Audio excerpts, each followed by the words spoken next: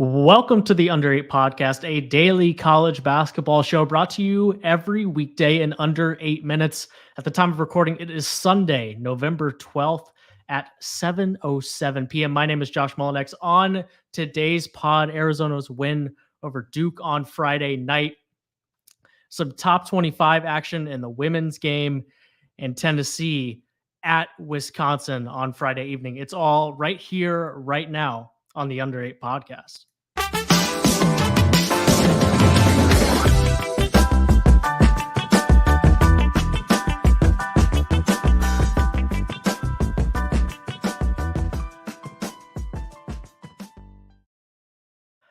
Josh Doering is here with me. Josh, before we get into Arizona Duke, we have to appreciate that Arizona and Duke was the only top 25 game between two top 25 teams in the first 7 days of the college basketball season. Granted, there were games like Kansas State and USC, Baylor and Auburn. So there were some good ones, but shouts to Tommy Lloyd and John Shire for scheduling a game like this. Yeah, the women's side has the men's side beat right now in terms of best matchup so far. But Tuesday is coming in the Champions Classic. So I don't understand. Like, if I was a college football coach with aspirations of making it to the college football playoff, I would never do that. I would never schedule games like that, because the way it's structured, you can have a perfect season except for game one when you're rusty and not go to the college football playoff as a result. Like, that can happen. And so I get it on that side of things. I like that we're expanding so that we can maybe lean into that a little bit more. But I truly don't understand how, like, do it on a neutral site. Like, Duke, it stings maybe a little bit more because you lost at home. But if you play this game on a neutral site, nobody is going to think of you any less at the end of the season because you lost to Arizona by 5. It drives me crazy. Yeah, well, and the first thing coming out of this game for me is the thing that John Shire needs to figure out a way to address, which is that his team just got physically beat up. Yep, they did. And there was, now, Umar Ballo, Matthias Krivas, very, very large human beings who are very good at what they do. This is not a small Arizona team, right? This is a big physical team inherently. But there were a couple times that Filipowski just got bullied out of the way. Mm-hmm. And as somebody who is all in on this Duke team, I came away from this game with a very real question, not because they lost, but because there is something, if I'm, for example, Michigan State on Tuesday, that I am looking to exploit, and a very clear weakness I see with this team that needs to get addressed. Well, and the tough thing was, Filipowski is not really that type of big anyways. Right. He's more of a finesse, offensive. He's a 4. Big. Yeah. Ideally, he plays alongside someone like Umar Ballo at the 4. And when Duke tried to go really big and bring a guy like Ryan Young onto the floor, the Arizona defense just sat so far. Like, there were times where whoever was guarding Ryan Young was standing halfway between the free throw line and the basket, and any cutting, any movement from guys like Tyrese Proctor, Mark Mitchell, Jared McCain, any of that just stopped because you had 5 guys to guard 4, and like 3 of them were in the lane. So it needs, and there aren't many teams that will be able to exploit it the way that Arizona can specifically. Like, if they have to run into them in the tournament again, I think a lot of people would stop short of sending Duke to the title game if things are similar to the way they are now, because I think that's going to be an issue for Duke against front court loaded teams. Yeah, this was a bad matchup. That is one of the big stories coming out of this. Yeah. Caleb Love back in Cameron Indoor Stadium. It was the most Caleb Love game of all time in a lot of different ways. He took 10 shots and scored 11 points. He banged a 3 off the backboard with like 18 seconds on the shot clock. He had 6 turnovers. The buzzer beater. He had the buzzer beater. So that was his only 3 of the game, was a buzzer beater 3 at the end of the first half. And but I explained it to somebody that kind of felt like he was living rent free inside of everybody's head inside Duke's on the Duke team and the Duke Crazies, the Cameron Crazies. I thought he was productive. I thought he was impactful. And at the end of the game, you looked and I was like, it's still Caleb Love. Here's the thing, though. It feels, because I'm right there with you, it feels so much different when he's not the person handling the ball. Because now he's a shooting guard, right? Yeah. Your job and there's no and there's no competition. Like there's no questioning it either. You know, like RJ Davis is kind of like you can have a conversation about who should have the ball in his hands in terms of playmaking, RJ Davis and Caleb Love.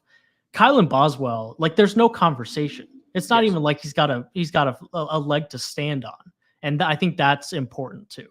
Yeah, right. That's the part B to the Caleb Love side of this. Is I'm already, without going too far in the other direction, much more convinced this can work because of the role he's playing and what he did in this game.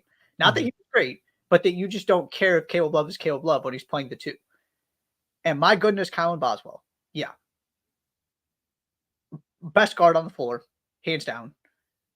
This is a guy that we talked about this in the preview. He just got buried on the depth chart last year through no fault of his own because that was a really talented team. Well, a lot of those guys are gone now. This is, he was spectacular. He's going to be a really good player. I do think we learned a lot from this game, which is not something I usually say this early in the season. 5 assists to 1 turnover. He just looked, he's only 18. He's another one of those guys that reclassified. Yep. He just looks under control. He looks a lot of things that you don't usually see in an 18-year-old guard. On the Duke side of things, just a couple things here. I mean, Filipowski was really, really good. 25 and 8 on 10 of 20 shooting. They ended up shooting 8 of 23 from the 3-point line, which is not horrible. It felt worse than that for a lot of this game for me. I'm just, and I'm curious what you have to think about this. I'm just not sure I'm scared of anybody who shoots the basketball for Duke. Like I'm not. That has to be Jared McCain. Right. And if there is one, it's Jared McCain. And if he's not going to knock down threes, I mean, like Filipowski had a good 3-point shooting game in this one. Like he's not going to shoot 3 of 5 every game, but I don't think that's an incorrect representation of his 3-point shooting ability. But I'm not like Mark Mitchell, Tyrese Proctor, and Jared McCain went 2 for 13 in this game from the 3-point line. It was Jeremy Roach who was 3 of 5, and I'm not sure that is indicative of how good of a 3-point shooter Jeremy Roach is. So I'm curious how that develops as we go throughout the season. Yeah, and obviously McCain needs time to get acclimated because that's what he does. That's the role he's supposed to have on this team. Yeah. If he doesn't end up filling that role, then you got some questions for sure. Last thing on Duke, 5 points from the bench. The bench took a total of 4 shots. You're probably going to lean a little bit more from that. You hope that the guy who steps into that is Sean Stewart and maybe Caleb Foster. Of course, Ryan Young's just going to be on the floor some because he's big, and that will just he won't have games. He just couldn't be on the floor in this particular game. It didn't feel like so, but that's going to need some improve as well. The other 2 freshmen did not get a lot of opportunities and didn't exactly do an awful lot with the chances that they did get. Although you saw a couple good things here and there. Yeah. Not a panic button thing by any means, just something. But that is one of the better teams that Duke will play this year.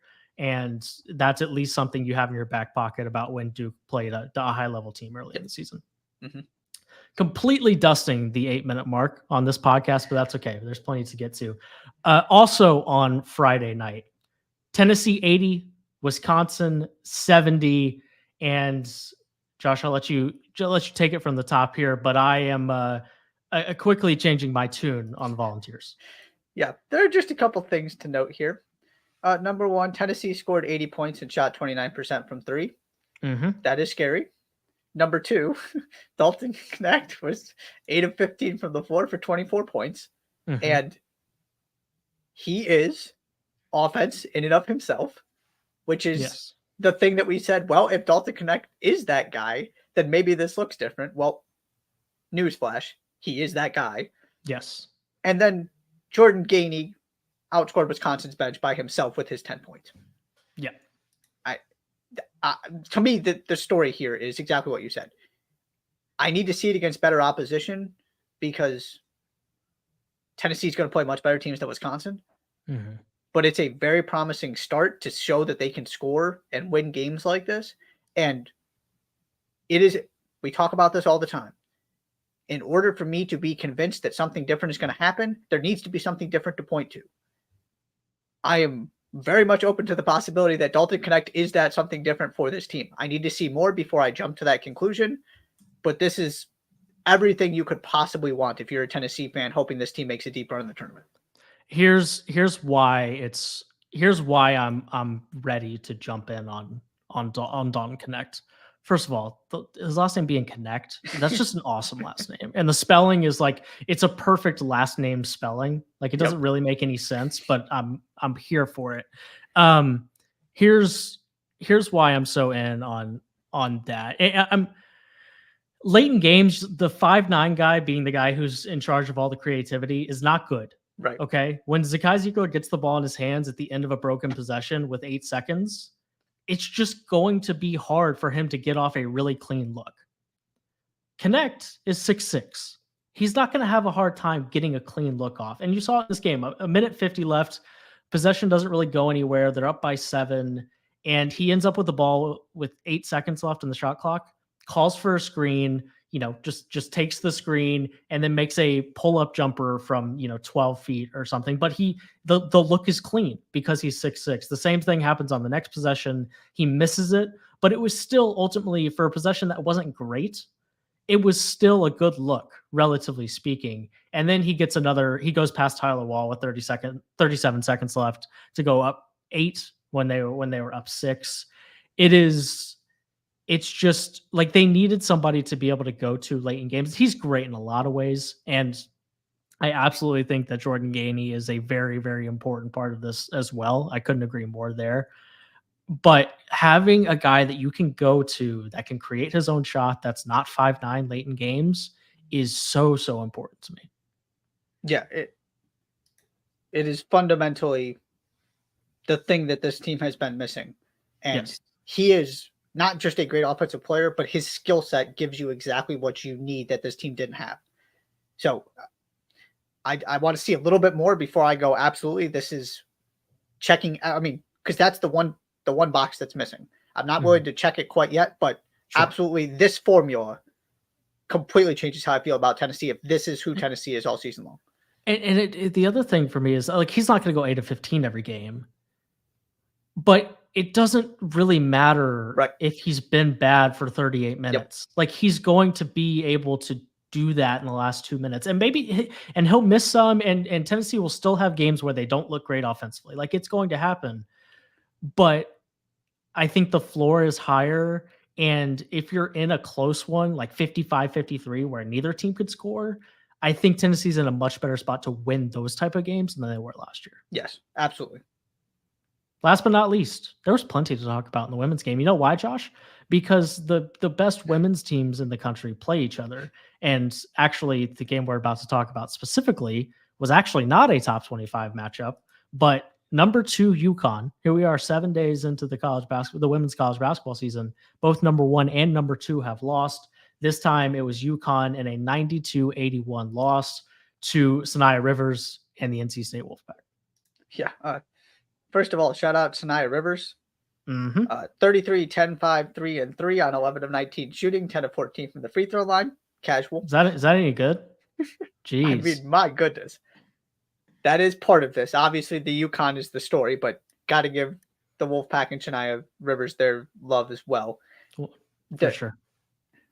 Just looking at the box score, the 22 UConn fouls, the 28 North Carolina State free throws, the fact that North Carolina State dominated the boards, all of those little things that can allow you to compensate for a lack of talent, or I should say a talent discrepancy. Not that North Carolina State's not a talented team, but they don't have, right? There's a reason the 2 is next to UConn's name. All of that stuff just completely fell the way of NC State in this game. That's the thing that stood out to me. Yes, of course, you would have liked to see some better performances, specifically from UConn starters outside of Paige Beckers, that's a really good sign that she looks like she's back to what she has been and the player we know her to be. But you got to stop fouling people, take care of the basketball, rebound. All of those things really kind of balanced the game out and allowed it to be won by a phenomenal performance by Rivers. I think the thing that maybe should be the takeaway maybe over everything is, if like Beckers was not, and it's not to any of her wrongdoing, 27 on 11 of 18 is phenomenal. She wasn't the best player on the floor in this game. And that's, and if you're just not getting a ton from everyone else, like you said, Edwards was really good in this game too. She had 21, 6 and 3. But you put NC State, you put UConn in a tough spot and there aren't going to be very many performances like the one Rivers put on in this particular game, but UConn is going to be challenged when they go up against individual performances like that. And it's not, and the worry is that it's not supposed to. This team is not built for Paige Beckers to have to be the best player on the floor every single game. Sure. Even if they had won this game, where this gets interesting is when you start talking about Final Fours, playing Caitlin Clark, playing Angel Reese. You can go down the list of those other players that are just as good as Paige Beckers, right? They're all in kind of that same. Now, maybe Caitlin Clark's in a stratosphere of her own at this point, but where that there's that one player out there that you need to at least slow down a little bit, and that they have the firepower next to them, where UConn doesn't have a huge edge in terms of depth in the rest of the players. The fact that this is happening against not a team we're expecting to be Final Four caliber is concerning to me, because it shouldn't take Paige Beckers scoring 37 points for them to win this game. Agreed. But we talked about it last year. The fact that we had not number one seeds playing for national championship, number one, number two have already gone down. This is what it's all about. This is absolutely fantastic. Makes me even more excited to pay attention this season. 100%. Shouts to women's college basketball programs for being willing to go play the best teams in the country early on for no other reason other than just to do it, because it's good for their teams and for the sport. Josh, anything else we need to get to? Women's hoops, men's hoops, Champions Classic coming up early this week, and anything else we need to get to? I do believe we've gone long enough. I think we've gone long enough. Yeah, well, under 8, under 18. Nah. It's the spirit. It's the spirit of the thing. It's the spirit of the thing. 18 minutes to get you everything that was of the utmost importance over the last 2.5-3 days. I think we'll take it. But that is it for the Under 8 podcast for Sunday, November 12th. It is 7:25 p.m. We will be back Monday night, Tuesday night, Wednesday night, Thursday night, Daily College Hoops podcast. 3 biggest stories from men's and women's hoops every single weekday. Be sure to subscribe to the podcast wherever you listen to your shows, and follow the Under 8 Pod on Twitter, TikTok, and YouTube. Thank you so much for being here, and we will see you tomorrow.